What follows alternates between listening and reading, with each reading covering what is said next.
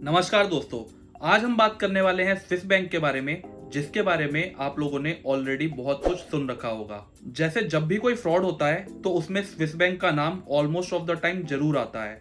और गवर्नमेंट के पुराने वादे तो आपको याद ही होंगे कि वो स्विस बैंक से ब्लैक मनी की डिटेल्स लाएंगे या स्विस बैंक में रखा गया इंडिया का काला धन वापस लाएंगे। तो आज हम इस वीडियो में चार बातें जानेंगे।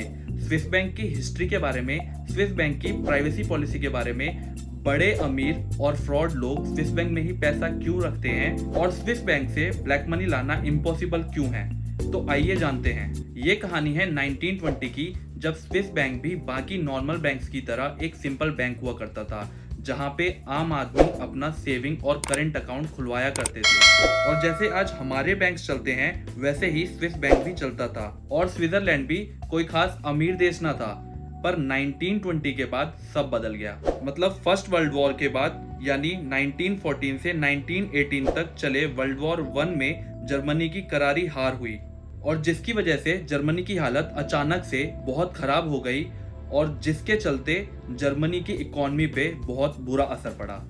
पर जर्मनी के कुछ साहूकार, जिन्हें हम ज्यूस के नाम से जानते हैं, वर्ल्ड वॉर 1 के बाद भी उनके पास बहुत पैसा था। और वर्ल्ड वॉर 1 के बाद जर्मनी की इकोनॉमी के साथ उनके पैसों की वैल्यू भी डाउन ना हो जाए, इसलिए उन्होंने अपना पैसा अपने पड़ोसी देश स्विट्जरलैंड के स्विस बैंक में जमा करवा दिया। और टाइम के साथ उनकी वैल्यू बढ़ती गई, और फिर कई साल बीत जाते हैं, और फिर साल आता है 1933। और ये वही साल है जब जर्मनी में हिटलर राज आता है, और इसी के साथ हिटलर स्विट्जरलैंड से जेविश लोगों के द्वारा स्विस बैंक में रखे गए पैसों की लिस्ट मंगवाता है। पर इस टाइम पे स्विट्जरलैंड धर्म संकट में फंस जाती है, क्योंकि जर्मनी से आए हुए पैसे स्विट्जरलैंड ऑलरेडी इन्वेस्ट कर चुकी होती है। तो स्विट्जरलैंड हिटलर के साथ वो लिस्ट शेयर नहीं कर सकती थी, और इस कलेश से बचने के लिए 1934 में उन्होंने ये नया लॉ बना दिया। स्विट्जरलैंड की बैंकिंग लॉ के अकॉर्डिंग बैंक ऑफिशियल्स किसी भी अकाउंट होल्डर का नाम डिस्क्लोज नहीं कर सकते।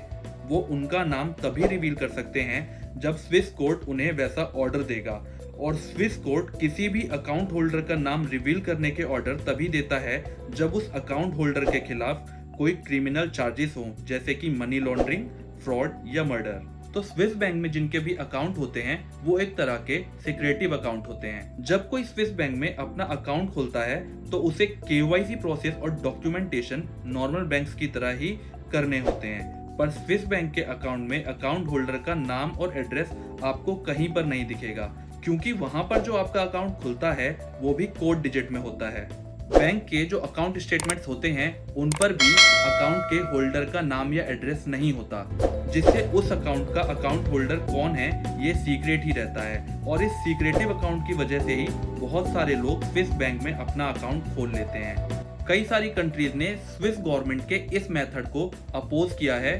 उन्होंने स्विस गवर्नमेंट को कहा है कि आप इस मेथड को बंद कीजिए, लेकिन स्विस गवर्नमेंट इस बात को मानने के लिए तैयार ही नहीं है।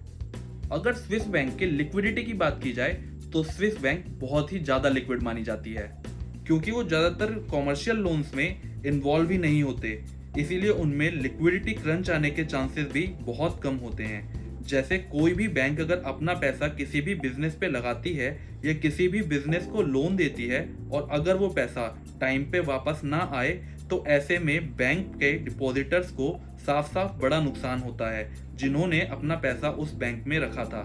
तो बिजनेस लोन्स को ज्यादा एक्सपोजर ना होने की वजह से ऐसे लिक्विडिटी क्रंचेस स्विस बैंक में आने काफी कम होते हैं, जिसकी वजह से स्विस बैंक में पैसा रखना सेफ माना जाता है। और स्विस बैंक में पैसा रखने का एक फायदा ये भी है कि स्विट्जरलैंड की करेंसी स्विस फ्रैंक बहुत ही स्टेबल करेंसी है, क्योंकि Swiss government world wide political conflicts में न्यूट्रल रहना ही पसंद करती है।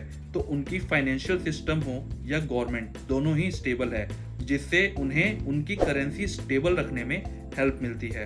तो ज्यादातर स्विस बैंक जब भी कोई उन बैंक में पैसा रखता है तो वो उसे इंटरेस्ट पे नहीं करते हैं, बल्कि जो भी उस बैंक का अकाउंट होल्डर है उससे उनके पैसे रखने के लिए फीस चार्ज करते हैं।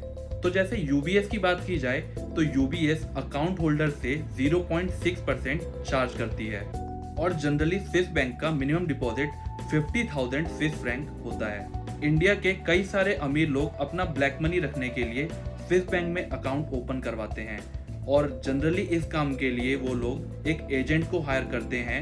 वो ब्रोकर को इंडिया में ही कैश देते हैं और फिर वो एजेंट उन्हें स्विट्जरलैंड में स्विस फ्रैंक देते हैं और फिर वो पैसा स्विस बैंक में डिपॉजिट कर देते हैं।